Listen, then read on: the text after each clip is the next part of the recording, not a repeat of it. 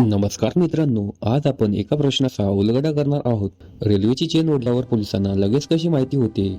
आपण लहानपणी विचार करत असू की अरे ही चेन ओढल्यावर पोलिसांना कसे माहिती होत असणार. तर चला मग आपण याबद्दल सविस्तर माहिती पाहूया.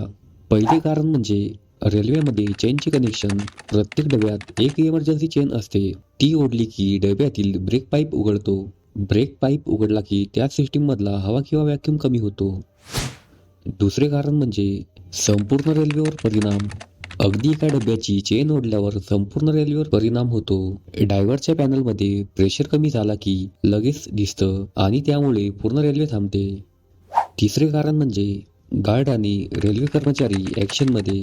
रेल्वे थांबल्यावर गार्ड, टीटी आणि आरपीएफ पोलीस लगेच बाहेर पडतात आणि तपास सुरू होतो. कारण कोणत्या डब्यामध्ये चेन ओढली ही त्या ब्रेक सिस्टीम लगेच समजतं.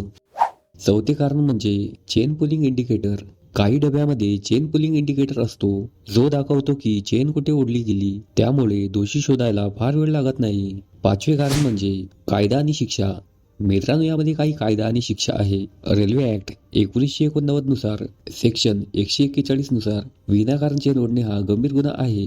यामध्ये दंड 1000 पर्यंत असू शकतो किंवा तुरुंगवास 1 वर्षापर्यंत असू शकतो. म्हणजेच की मित्रांनो, चेन ओढली की जादू होत नाही, तर ब्रेक सिस्टम काम करत असतो. रेल्वे थांबली की पोलीस तपास सुरू करतात आणि लगेच ओळखतात की चेन कुठे ओढली गेली.